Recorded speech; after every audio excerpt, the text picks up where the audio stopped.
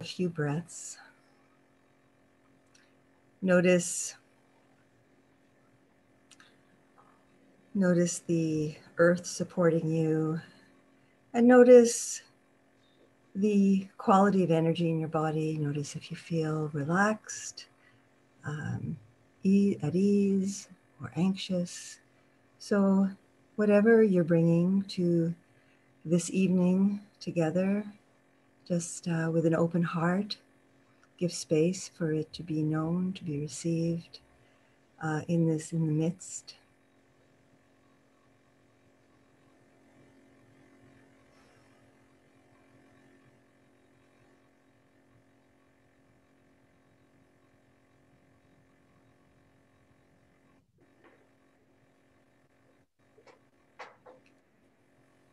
So, so I'd like to welcome us, and I'd like to invite you to welcome one another to this gathering of hearts and minds and bodies. I always feel, I mean, especially maybe underlined in this Zoom reality that we're experiencing, that I think that it's more true to say that we welcome one another rather than we or I welcome you. So let's take a moment to look at the other people on the screen. Maybe go to gallery view, and I think we're probably a couple of screens.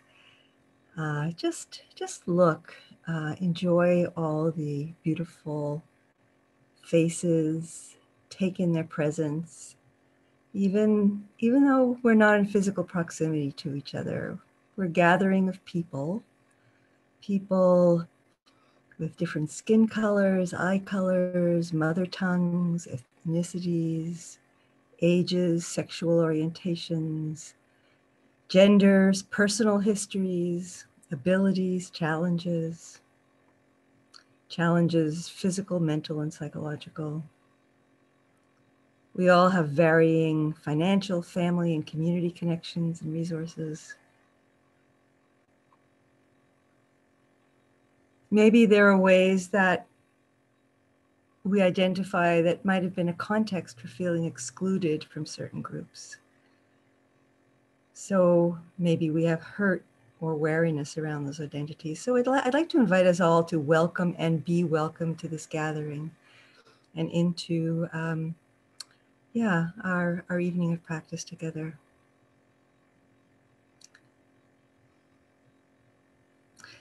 And of course, also naming that we're in turbulent times. I don't really even have to say it, but it is a condition, and how we are living it.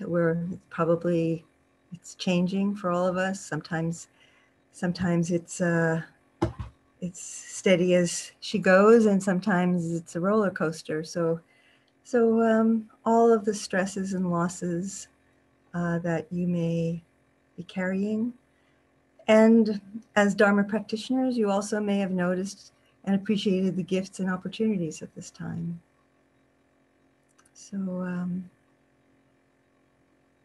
let's welcome this opportunity to be together, even if not in person. We can connect in sometimes wonderful and surprisingly intimate ways in online even. So we welcome that dimension.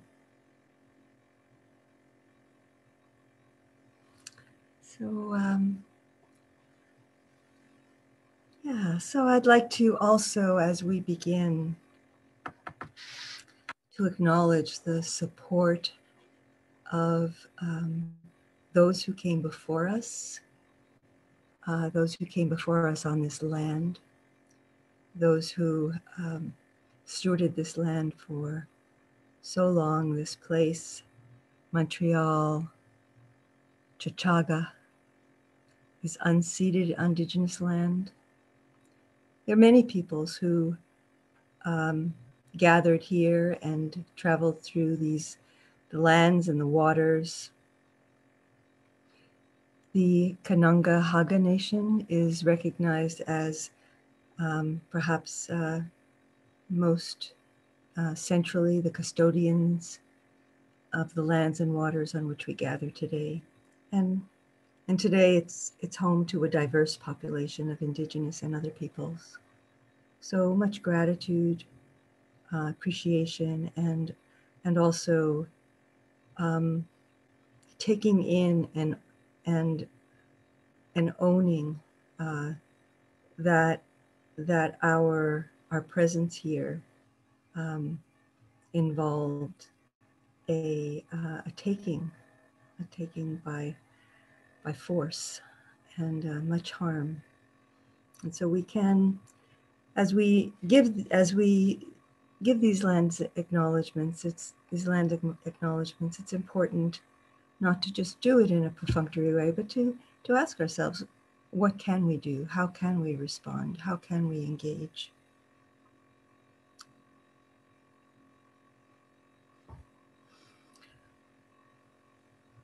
So I'd like to work tonight offering some reflections and an opportunity for you to reflect and to perhaps share some of your reflections on faith. So faith has been really important to me in my practice, and I find that in the way that Buddhism is taught in the West, it's faith is not often emphasized as an important element of our practice. It may be mentioned, but I think that there's a kind of an emphasis, and maybe it's also partly the way we take in the teachings. For those of us who are Westerners, so not to say that everybody here comes from a North American or a Western background. There are perhaps people who come from other cultural milieu, which shaped perceptions in different ways. But as a Westerner, I think that there's a kind of a way that we hear the teachings as, it's up to me. It's, I need to do this, and I need to, make all the effort. And the Buddha did say those things. The Buddha did say that it's important for us to make efforts and to continue to renew our practice and begin again in our practice. But it's also true that faith is a very important part. And when I say faith, I'm talking more about a sense of trust, which is based on experience. Sometimes we hear the word faith and we think about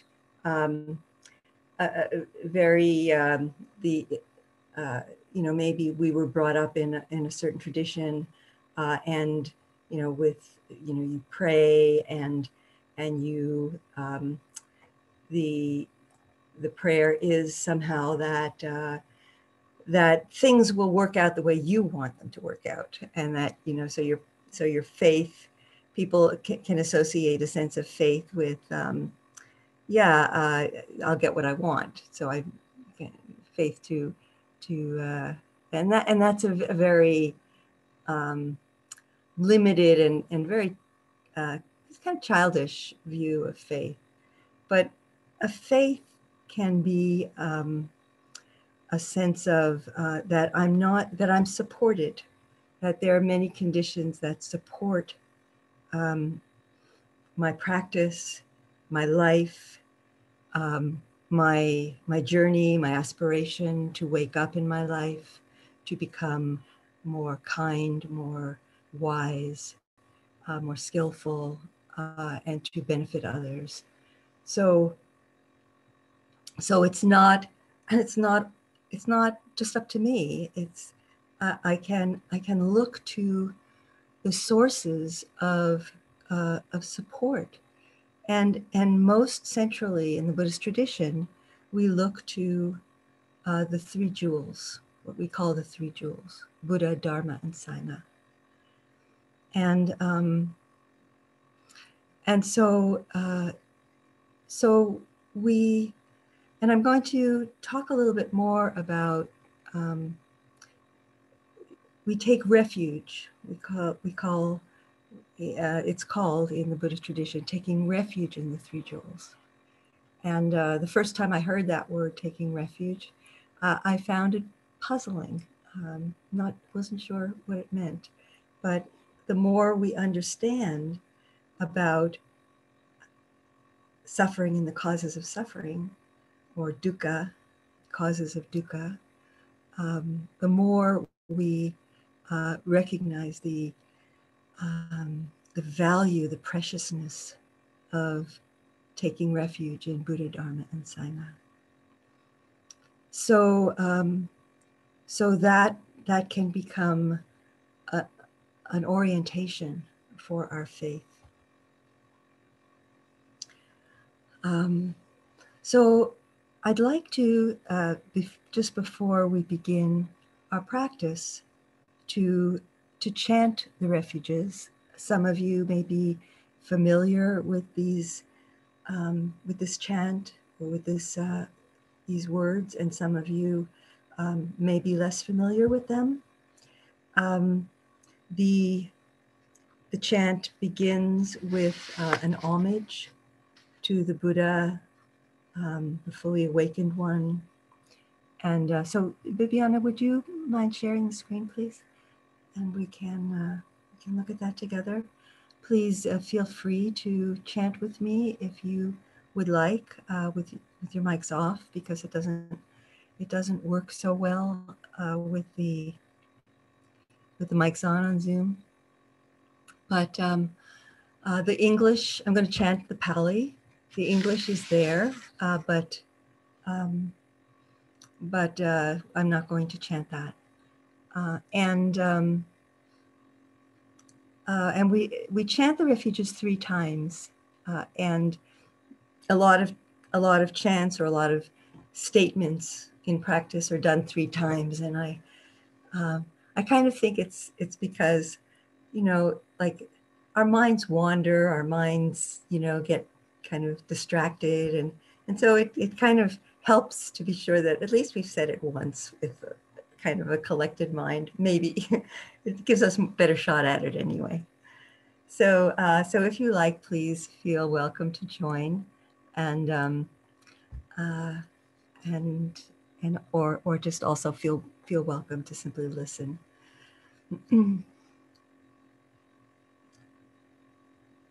Namo tassa bhagavato arahato sama sambuddhassa. Namo tassa bhagavato arahato sama sambuddhassa. Namo tassa bhagavato arahato sama sambuddhassa. Buddham saranam gacchami. Dhammam saranam gacchami.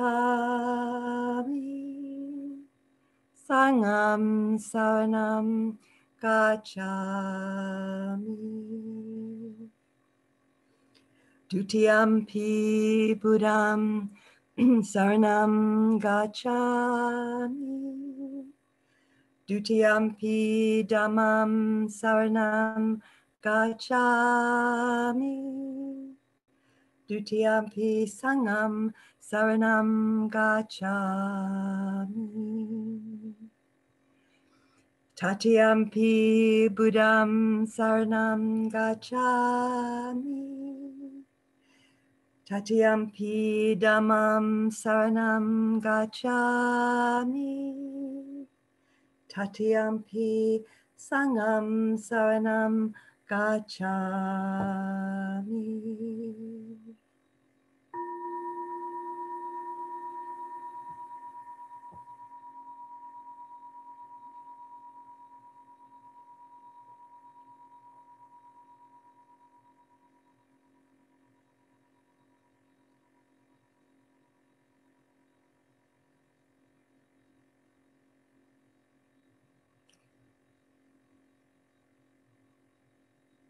So as we move into our sitting practice, we can bring an intention to practice knowing that we need to begin again, we need to make right effort, we need to keep coming back to the breath, to the body, and also we can also rest with a sense of being supported, that within us, which is orienting ourselves, directing our hearts and minds toward becoming more mindful, toward waking up in our lives, that aspiration, that beautiful and wholesome aspiration is also supported by the Buddha, the Dharma, and the Sangha.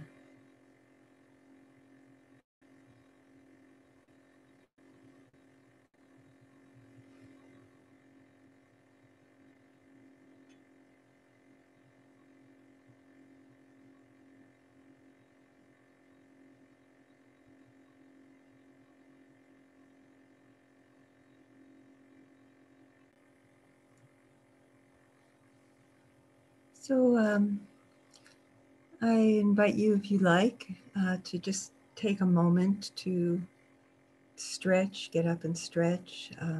We're not going to really take a break, but just like a minute stretch break. And if needed, a bathroom break, by all means.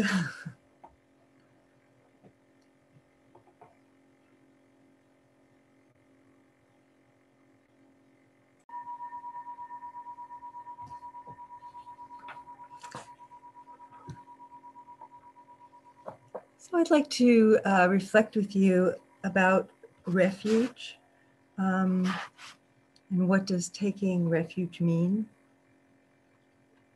And I think it means different things as our practice develops. Certainly for me, my understanding of what it means to take a refuge has deepened as my practice has unfolded and deepened. As I mentioned in the beginning of the talk, when I first heard the phrase taking refuge, I was quite puzzled by it because I had never heard the word refuge used in that way, and it took some practice experience for me to begin to see how the Buddha, the Dharma, and the Sangha could become a refuge for me from all of the changing, shifting conditionings of my conditioned mind and heart being. So so So I think as we begin to understand, as the Four Noble Truths explain, how there's suffering. There's suffering in our lives. There's stuckness. There's caughtness. There's ways in which we're just sabotaging ourselves all the time. Even though we want to be at peace and happy, and we have a hard time getting out of those habits and patterns. And so as we begin to see that,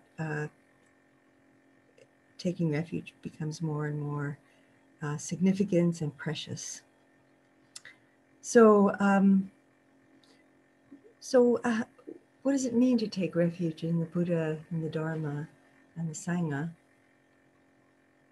I really like the way Thich Nhat Hanh, many of you, I'm sure, most of you have heard of Thich Nhat Hanh, a Vietnamese Zen master, contemporary Zen master. And he says that we take refuge in the Buddha, the awakened one, and the Buddha takes refuge in us. So that really is beautiful for me. So what does that mean? To me, it means that we take refuge in this understanding of the Buddha as an awakened being who opened the door for us to awaken also from these ways deeply embedded in our being that we keep creating stress and suffering. So the Buddha takes refuge in us every time we wake up from the delusion that somehow it's all about me and I'm at the center of the universe, or this thing that I am fixated on is just so important and I have to have it or I have to not have it. And so every time I wake up from that, we wake up from those forms of delusion that keep turning the wheel of dukkha. The Buddha takes refuge in us. The Buddha is that quality of awakened being, which is innate in us, is that is what we are connecting with. That is what we're coming home to, and that is what we are being welcomed home to as we take refuge in the Buddha. So there is this, we're coming home to who we truly are in this sense of discovering within ourselves this mind which is aware and not caught, not stuck, and more and more grounding ourselves in that, more and more letting go of the grasping and the aversion, and coming home to that refuge within ourselves. So this is how the Buddha keeps emerging in the world, through us, through our waking up. And so we take refuge in that. And as we take refuge in that, we're more and more bringing this into our relationships, our communities, our families, and so on. And so we remember and bow to the Buddha who opened the door to liberation.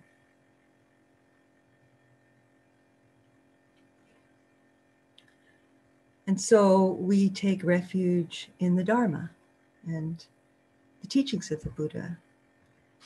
And the Buddha said that when you take refuge in the Dharma, when you connect with the Dharma, when you make the Dharma central in your lives, then you are taking refuge in me. So the Buddha, so these are not, even though we call them three jewels, they are very connected, very, they're reflected in one another. And so we take refuge in the Dharma and the teachings. And first of all, we read the teachings, we hear the teachings, we listen, we understand by applying them in our lives. And so in that way, as we take refuge in the Dharma takes refuge in us. You know, I remember once a teacher asking me, you know, how is something like, how is your Dharma practice going? And he said, you know, the Dharma is the Dharma as it unfolds in you. So there's the Dharma, which we might understand as a kind of a theory or a philosophy or a kind of a almost like a framework, a doctrine.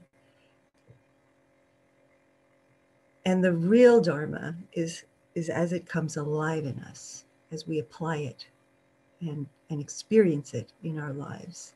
That's the living Dharma. And so the Dharma takes refuge in us. It's discovered in moments of waking up in the midst of confusion, finding a space of freedom. It's discovered, the Dharma is discovered by listening to a teacher or to a fellow Sangha member who is expressing something that really resonates and that really kind of illuminates something that's going on, some way, some place of holding that that is there, that wasn't even in the space of awareness yet. So that's how the Dharma is the Dharma takes refuge in us, and the Dharma has been kept alive by awakened ones.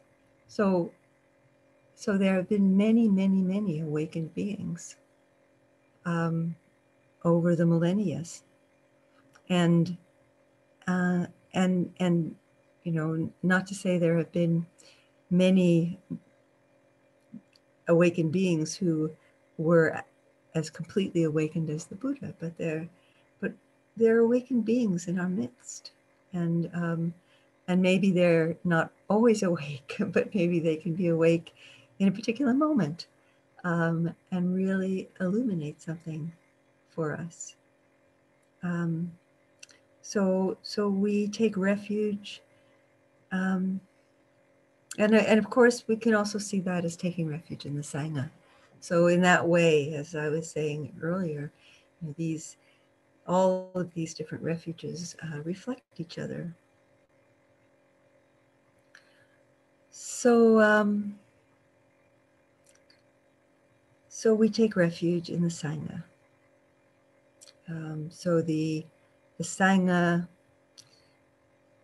the community of those who aspire to awaken. And so these are monks and nuns and laymen and laywomen who are on the path, who have made a commitment to awaken. And that commitment is something, you know, we don't have to hold some kind of standard of, you know, my commitment is not perfect, you know, or sometimes I watch too much Netflix, or so does that mean I'm not committed? So it's so yeah. So there's a commitment. There's an orientation, which can deepen, and that's the nature of practice. That's the nature of taking refuge. That we orient ourselves toward waking up, and that orientation is itself an expression of Buddha, Dharma, and Sangha coming alive in us. And the more that we come back, come home, begin again, the more those that orientation brings us to deeper wisdom and clarity and a clearer view. So we take refuge in the Sangha. Monks and nuns, lay people, and of course it's so clear how the Sangha takes refuge in us, that we are the Sangha, and that when we show up, we're showing up perhaps because we need to, we want to, we feel that this will support us, but it's so much. The giving and the receiving in this are so intertwined that as we show up, we're also there for others, and that service, that presence for others, is also at the same time so nourishing for us. It feeds our sense of connection with the three jewels, to recognize that we are part of the body of the Sangha.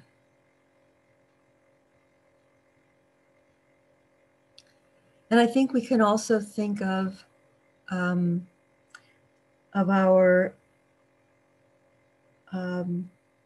sense of being part of the body of the Sangha as considering what supports our practice. So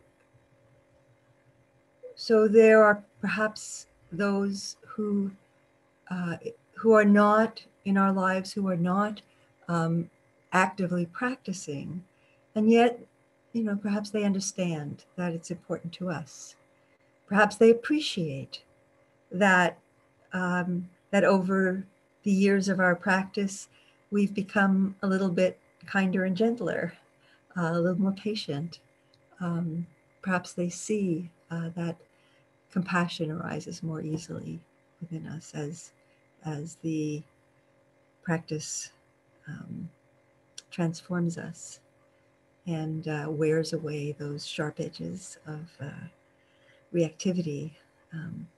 And so we can understand that the Sangha is not just those who explicitly are on this Buddhist path, but others who support our practice, who support the emergence of kindness, of compassion, of respect, of equity and inclusion, justice. So we can have a broader sense of the Sangha. I mean, in fact, if we see our profound interconnection with life and see how it's all of life who is supporting us, we can bow to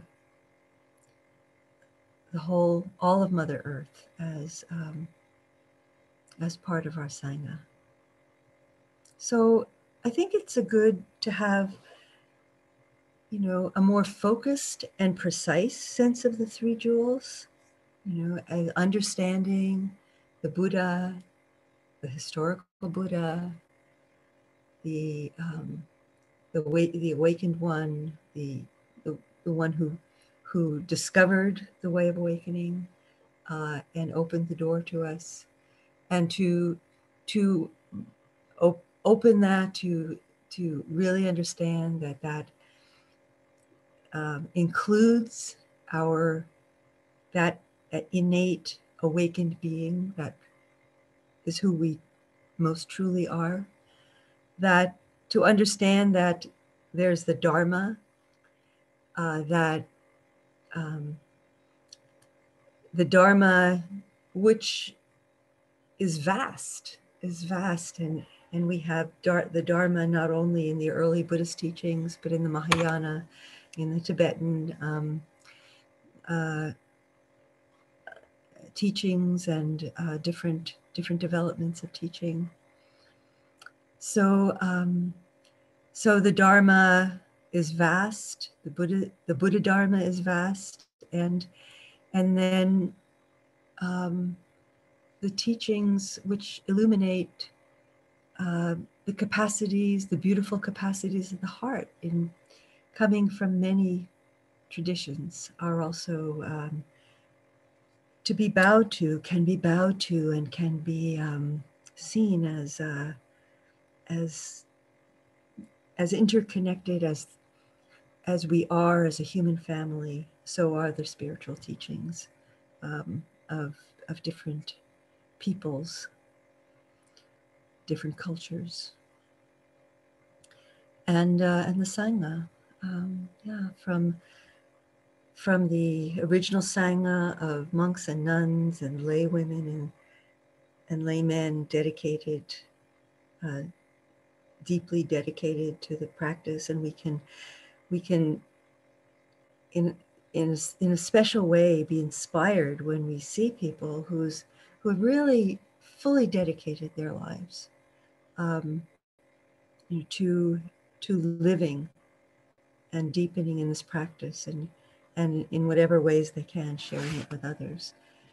And then, a wider view. And of course, our beautiful Sangha, True North Sangha, just so grateful for that. Our Sangha, which is becoming more welcoming, more inclusive, and more equitable. So we bow in gratitude to our Sangha. So so for me, it's a really beautiful practice that I do in my daily practice. I always begin by making by chanting the refuges and making vows. To me, I feel that it is bringing me into the lineage of the many beings who have practiced and preserved and discovered and been illuminated and illuminated for others these beautiful teachings. It feels like I'm entering into and aligning myself with that lineage, and it, there's also a commitment to in whatever way I can to offer these teachings, to share these teachings, not only in formal ways, but in how I live, in how I live, in ethics, in meditation, and wisdom, and compassion. So we can all do that. I mean, I'm not saying that I do that and it's so special, but I think that this is a beautiful thing that we all can do in whatever way is meaningful for you. To we can ground ourselves in the whole lineage of Buddhism, past, present, and future.